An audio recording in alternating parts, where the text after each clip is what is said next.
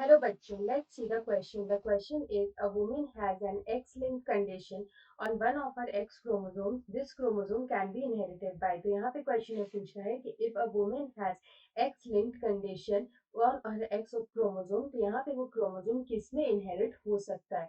Option A is only grandchildren, option B is only sons, option C is only daughters and option D is both son and daughters.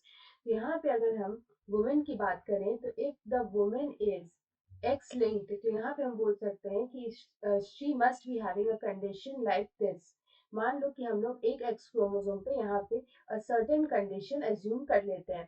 तो यहाँ पे अगर हम देखें तो इसके जो गैमीट्स हैं it will be one normal X and one X which is conditioned. तो यहाँ पे अगर हम देखें कि for the formation of son the chromosomes are X and Y, and the formation of daughters for the daughters the condition is X and X. तो यहाँ पे अगर हम देखें तो यहाँ पे जो Y होता है, the Y always comes from the father. The Y always comes from the father and the X always comes from the mother. और यहाँ पे भी जो है एक X always comes from the father and one always comes from the mother.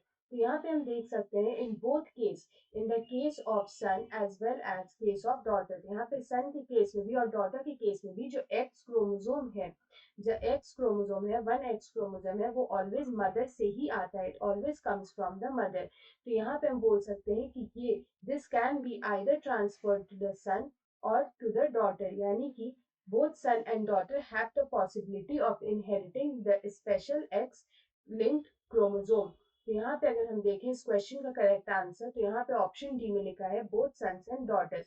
So option D will be the right answer. Best of luck.